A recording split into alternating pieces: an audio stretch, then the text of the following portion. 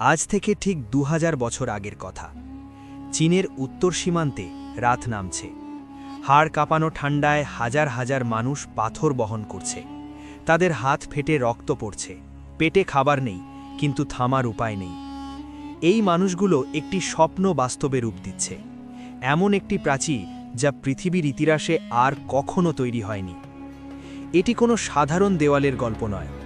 ২১,১৯৬ kilometre দীর্ঘ চীনের মহাপ্রাচীর, great wall of China. মরুভূমি পেরিয়ে, পাহাড় ডিঙিয়ে, নদী ছুঁয়ে এঁকেবেঁকে চলে যাওয়া এই প্রাচীর যেন জীবন্ত এক সাপের মতো শুয়ে আছে চীনের বুকে। বাংলাদেশের ঢাকা থেকে কক্সবাজার যদি ২৬ বার আসা যাওয়া করেন, তাহলে এই প্রাচীরের দৈর্ঘ্যের সমান হবে। কিন্তু এই দৈর্ঘ্যের পেছনে লুকিয়ে আছে এমন কিছু তথ্য যা আজও অনেককে ভাবিয়ে তোলে। খ্রিস্টপূর্ব ৩য় শতকের কথা। চীনের উত্তরে মঙ্গোলিয়ার বিস্তীর্ণ মরুভূমি। উর্বর জমির অভাবে সেই অঞ্চলের মানুষ নির্ভর করত পশুপালনে। কিন্তু শীতের মরশুমে খাবার কমে গেলে মঙ্গোল উপজাতিরা চীনের সীমান্ত পেরিয়ে লুটপাট শুরু করত। চীনের মানুষ তখন একটাই পথ বেছে নিল, দেওয়াল। সম্রাট কিন শি হুয়াং ২২৩ খ্রিস্টপূর্বে আনুষ্ঠানিকভাবে এই মহাপ্রাচীর নির্মাণের নির্দেশ দেন। এরপর একের পর এক সাম্রাজ্য এই কাজ এগিয়ে নিয়ে যায়। পুরো প্রাচীর সম্পূর্ণ হতে সময় লেগেছিল প্রায় ২০০০ বছর। এই নির্মাণ কাজে নিযুক্ত হয়েছিলেন ২০ লক্ষেরও বেশি শ্রমিক। সাধারণ কৃষক, বন্দী, সৈনিক সকলকে একই কাজে ঠেলে দেওয়া হয়েছিল। প্রতিদিন ১৬ থেকে ১৮ ঘন্টা শ্রম। পেট ভরা খাবার নেই, বাড়ি ফেরার কোনো নিশ্চয়তা নেই। কেউ পাহাড় থেকে পড়ে মারা গেছেন, কেউ ঠান্ডায়, কেউ অনাহারে। আর মৃতদের দাফন করা হয়েছে ঠিক যেখানে তারা মারা গেছেন, প্রাচীরের পাশে, কখনো প্রাচীরের নিচে। ঐতিহাসিকদের হিসেবে এই প্রাচীর নির্মাণে প্রাণ হারিয়েছেন প্রায় ৫ লক্ষ মানুষ।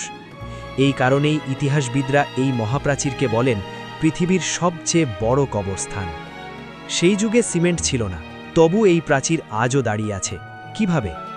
উত্তরটি লুকিয়ে আছে একটি অদ্ভুত উপাদানে, চুনের সঙ্গে চালের গুঁড়ো মিশিয়ে তৈরি বিশেষ মশলা, যা দিয়ে ইটগুলো জোড়া লাগানো হয়েছিল। ভিত্তিতে বসানো হয়েছিল গ্র্যানাইট পাথর।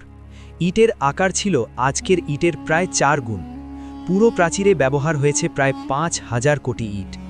প্রাচীরের গড় উচ্চতা ছিল ২৩ ফুট, প্রস্থ ছিল ২১ ফুট। এমনভাবে ডিজাইন করা যাতে একসঙ্গে ১০ জন পদাতিক সৈনিক পাশাপাশি দৌড়াতে পারেন। প্রতি ১০০ মিটারে একটি পর্যবেক্ষণ টাওয়ার।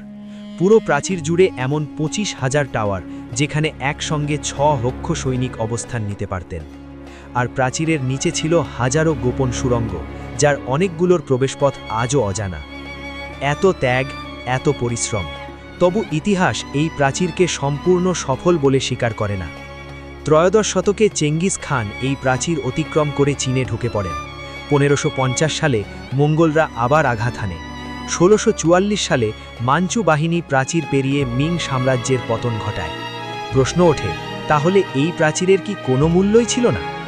ইতিহাসবিদরা বলেন প্রাচীর কখনো একা লড়াই করে না। প্রাচীরের পেছনে যদি শক্তিশালী রাজনৈতিক ইচ্ছা ও সংগঠিত সেনাবাহিনী না থাকে, তাহলে দেওয়াল শুধুই পাথর। আজও প্রতি বছর ১ কোটিরও বেশি মানুষ এই প্রাচীর দেখতে আসেন।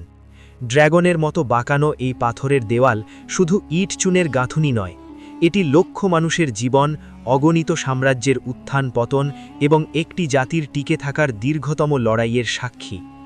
এই প্রাচীর ভাঙে না, কারণ এর প্রতিটি ইটের ভেতর গাঁথা আছে মানুষের রক্ত, ঘাম আর স্বপ্ন। হ্যালো সবাইকে, আজকের ভিডিওটা ভালো লেগে থাকলে সাবস্ক্রাইব করে আমার পাশে থাকবেন আর বেল আইকনটা প্রেস করতে ভুলবেন না।